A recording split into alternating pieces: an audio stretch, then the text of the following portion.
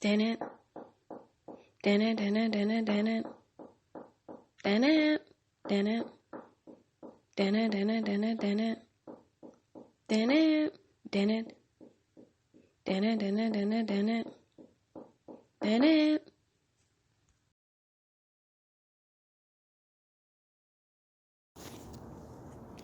Gonna make one more additional video here. Again, sorry for not having more videos lined up in the past 3 weeks, but one of my friends, he's an awesome YouTube, Instagram guy. His name is Drew Skyland.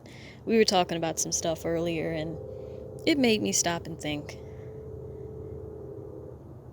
Character's a really important thing to have.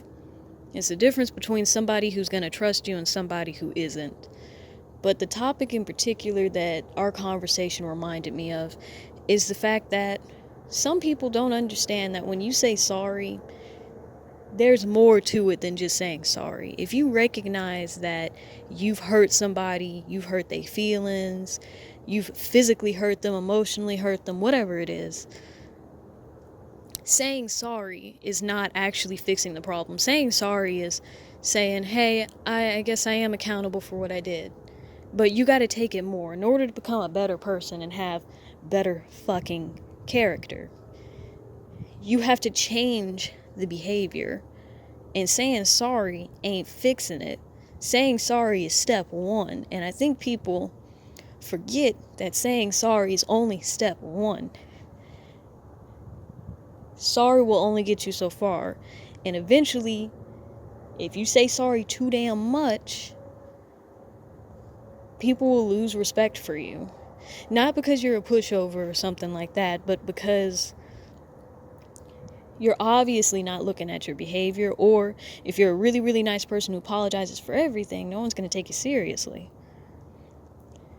Take, for example, if every Tuesday you go to a restaurant, a coffee shop, and you read and you get a cup of coffee, and there's this one dude who always shows up the same exact time, and he walks by and he accidentally knocks over your cup of coffee.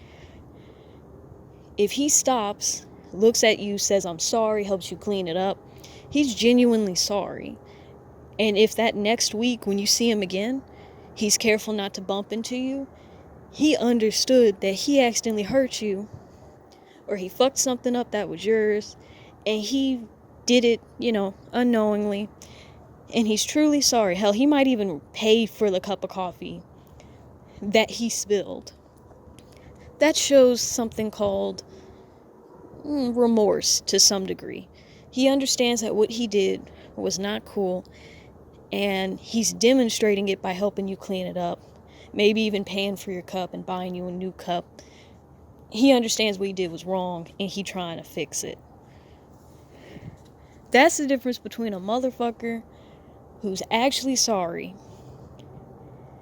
and a motherfucker who isn't. Someone who isn't sorry, if that asshole bumped into you, knocked your coffee out of your hands, and then the next week did it again, and the next week did it again, and he didn't say sorry, that's someone who really don't give a fuck about his actions or how it affects others. And it's really easy to see between these extremes, but where people get caught up is they get the motherfucker that I'm finna describe next. This is the dude who spills your cup of coffee. He fucks up something in your life. He says sorry. But then the next week, he does it again. And he does it again.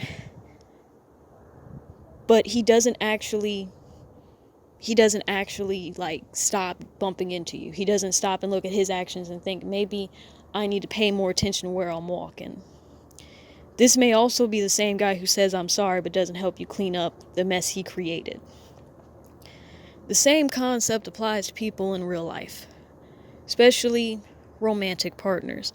If someone says I'm sorry but they don't change their actions and they continue to hurt you, especially if you try to address it and they still don't change, they just tell you what you want to hear, that's called a bullshitter.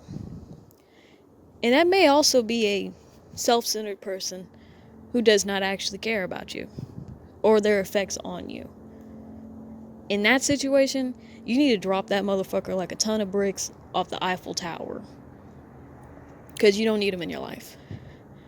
If any asshole can hurt you, look you in the eye, say sorry, but not actually demonstrate remorse or accountability in the form of actually changing his behavior, you don't need him in your life.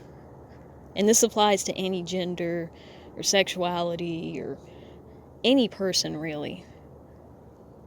Strangers may be able to get rid of, may be able to get away with the shit because you don't see them again. But if it's somebody in your life who continues to do the same shit over and over again, listen, because they're showing you who they are.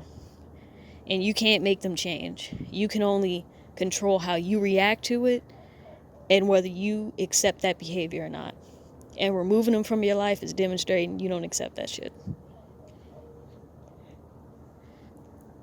So this year, if you decide to be a more accountable person, please, for the love of all that is good, don't just stop at saying sorry. Say sorry, but also demonstrate it. And that means sometimes looking in yourself and asking, why are you like this? Why are you doing this to people? And if you know you can't change, or if you know you refuse to change, get the fuck away from people who need you to do that. It doesn't mean that they're bad or you're bad. It just means, hey, y'all don't vibe well. Y'all don't need to be together. Y'all don't need to hang out. Because obviously, y'all lives clash. But I just thought I'd bring that up. Let me know what y'all think in the comments. I hope y'all have a nice night or day wherever you are in the world. And peace out.